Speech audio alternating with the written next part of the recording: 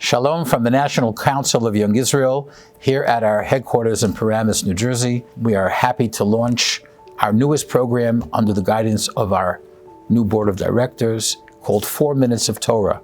Each and every week, you'll be introduced to a new Rav within the Young Israel movement who will share with you words of Torah. With that very happy introduction, let us begin. Of all of our ritual obligations as Torah observant Jews, the obligation I think that we encounter most often as we go about our day is that of saying blessings before and after we eat. Bowl of cereal and coffee for breakfast, along with some melon, 3 brachos before and 2 after. Bagel and cream cheese for lunch, 1 bracha before and 4 afterwards. Spaghetti and meatballs for dinner, some broccoli on the side, maybe a piece of fruit, 4 brachos before, 2 after. And we haven't even started thinking about snacks. In Parshas Eikev, Moshe tells us, "V'achalta v'savata u'virachta es Hashem Elokecha," that you should eat and be satisfied and bless Hashem your God. And from there the Talmud derives the obligation to make blessings, not only after we eat, but beforehand as well. But it seems a little funny. Torah only tells us to say a blessing after we are full. And here we are, making 2 brachos every time we stop for 3 ounces of water. The Gemara in Maseches Brachos records a strange conversation between the angels and God, in which the Malachim ask Hashem a question. They quote a verse, also in Parshas Eikev, in which the Torah tells us that Hashem doesn't show favoritism, Asher lo yisa panim. But, point out the angels, the same Torah commands Aharon and the Kohanim, back in Parshas Naso, to bless the Jews, Yisa Hashem panav eilecha, may Hashem show you favor. So, what's the deal?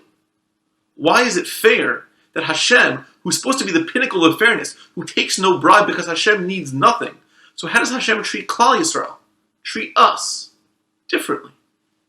The Gemara continues. Answers Hashem, how can I not show them favoritism? After all, I told them you should eat and be satisfied and bless Hashem your God.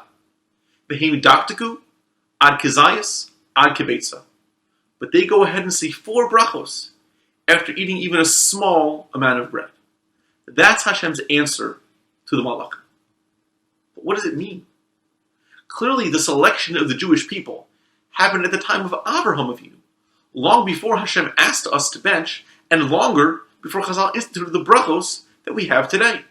So what does it mean that Hashem shows favoritism to the Jews because they were commanded to bench a little after a big meal, and yet we bench a lot after even a little meal? Says Hashem, how can I not show them favoritism? They are my favorite because I am their favorite. I command them a small commandment, and they take the chance to quadruple down to come close to me. I ask for 1 bracha, and they give me 4. I ask for once in a while, and they give me all the time. Of course they are beloved to me. So Hashem gives the example of benching, but the lesson here is a fundamental quality of what it means to be a Jew. What, Hashem doesn't play favorites for Jews who eat gluten-free? It's not about the bracha, it's about the spirit. And that's the spirit that Avraham Avinu had, and it's a spirit that lives on in us, in his children. The author of the Tanya asks, what is the big deal with Akedas Yitzchak, the binding of Isaac? After all, is there anyone who would just ignore a direct request from the master of the universe? The big deal is that Abraham wakes up early in the morning. He doesn't drag his feet. Hashem made a request. Abraham rushes to do it as best as he can, as soon as he can, early in the morning. He saddles the donkey himself. That's what it means to be a Jew. That's the quality that Hashem saw in Abraham, that Hashem sees in us. Our actions, our spirit, show Hashem how much we care. At that point, of course we're Hashem's favorite. So we run around in our busy world, stopping for a few minutes once in a while to give ourselves the calories we need to make it through the whirlwind that is the day for so many of us. But we don't just eat. We say a bracha, and we invite God into the chaos of our lives for a couple of seconds before we take a bite. And we show Hashem how much that special relationship means to us, and remind Hashem why we're the favorite.